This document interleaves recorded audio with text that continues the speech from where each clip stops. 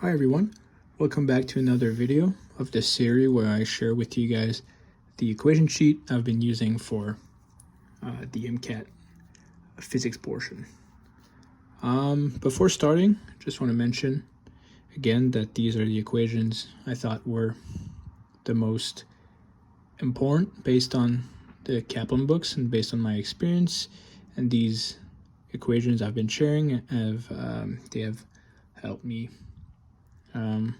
obtained a 130 on my full lengths in the Chem&Phys portion of the MCAT. So with that being said, let's dive in to the chapter 2 of the Kaplan books, which is about work and energy.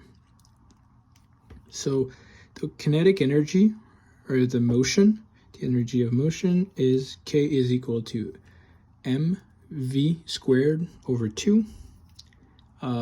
K, which is the energy, is always in joules. Joules is also kilogram times meters squared over second squared. And so mass, which is kilogram, times velocity, which is meter squared over second squared in this case, because velocity is squared.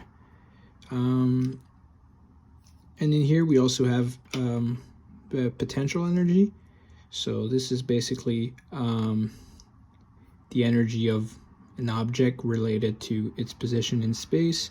So if you hold an object above the ground, then its potential energy will be its mass times gravity times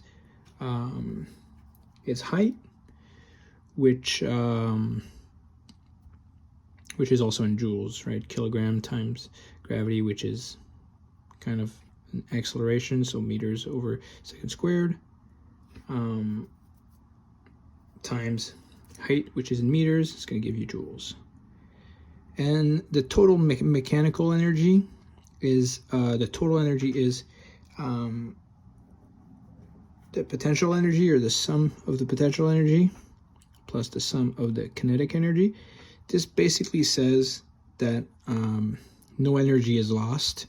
So for example, if you hold an object above the ground, it has a certain potential energy, and when you release it, it loses potential energy and gains kinetic energy, because the sum of the energy stays the same.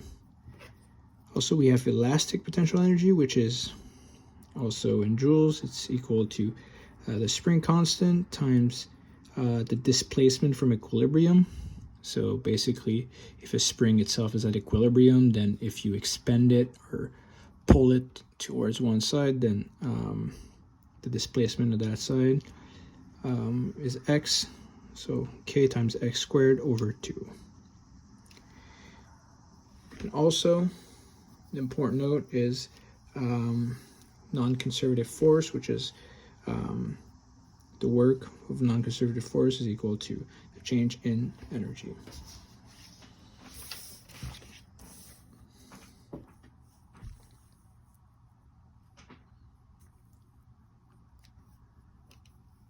All right, so work is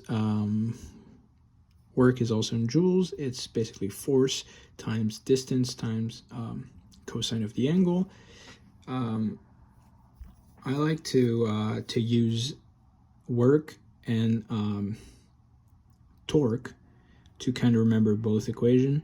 Torque is force times distance as well, but in the case of torque is sin of the angle. And this basically states that cosine of the angle, if work is being done at an angle of 90 degrees, then no work is being done, because cosine of 90 is 0. And if you imagine a box on the ground, and you do work on it at a 90-degree angle, then you're basically pushing on it towards the ground, so no work is going to be done. but cosine of 180 or cosine of 0, in this case, is going to give you 1, and that's going to give you the most amount of work. And work is in joules. Force times distance, Newton times meters, is also joules.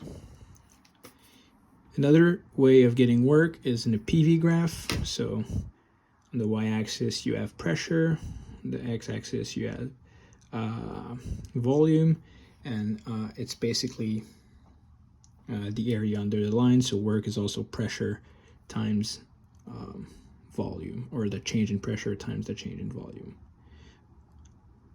Now we have power. Power is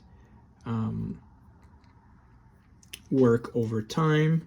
It's in watt. Watts are joules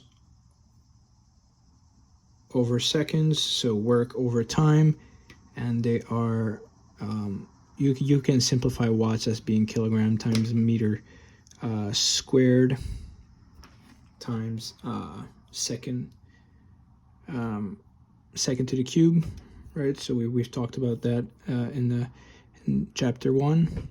And power can also be the change in energy divided by time.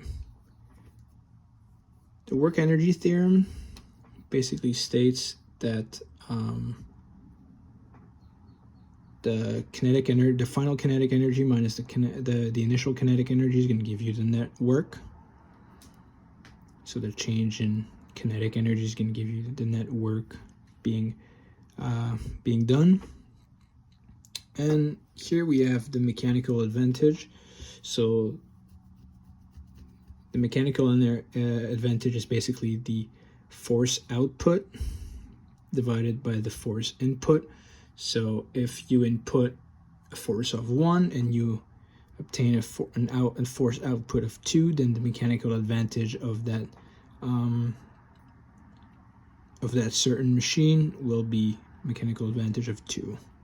So it basically states, mechanical advantage basically states that the force that you're going to input is going to be increased, and then the force output is going to be more like, for example, in a pulley. In pulleys, you exert a certain force, and the force output is more than the actual force input, so there's a mechanical advantage there. As far as efficiency goes, the work out versus the work in. So it's basically the effort times the effort distance for the work in, and then the work out is basically the load times the load distance. So that's it for chapter 2, and I hope this helped.